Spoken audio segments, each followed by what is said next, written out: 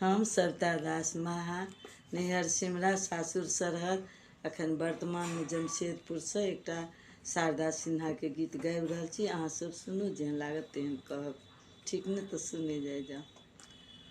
बाबा दियले टिकवा सेहो रे हम तेजबो, सेहो रे हम तेजबो, बलमुआ बलमुआ बलमुआ कैसे तेजबो रे छोटी ननदी, बलमुआ कैसे तेजबो रे छोटी ननदी। टिकवा के गोलिया झुमका पायलिया, सगरो सिंगार बा अधूरा, कवनो सुहागिन के दिल के पियसिया, पियबा के प्यार करे पूरा। सिंगरवा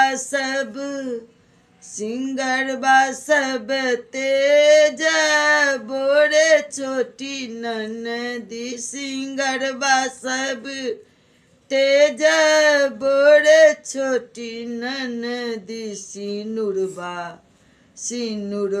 कैसे तेजबो रे छोटी ननदी, सिनुरबा कैसे तेजबो रे छोटी ननदी।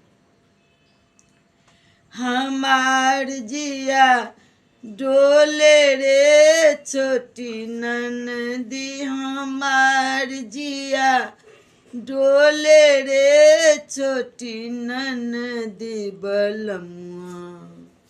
बलमुआ कैसे तेजबो रे छोटी ननदी, बलमुआ कैसे तेजबो रे छोटी ननदी।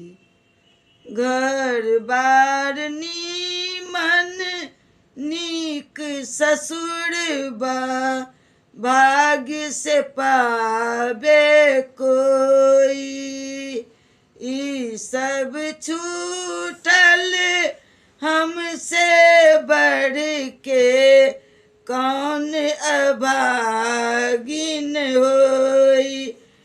खजनमा सब तेजब रे छोटी ननदी, खजनमा सब तेजब रे छोटी ननदी, सजनमा कैसे तेजबो रे छोटी ननदी, सजनमा कैसे तेजबो रे छोटी ननदी। हमार जिया डोले रे छोटी ननदी, बलमुआ कैसे तेजबो रे छोटी ननदी, बलमुआ कैसे तेजबो रे छोटी ननदी। धन्यवाद।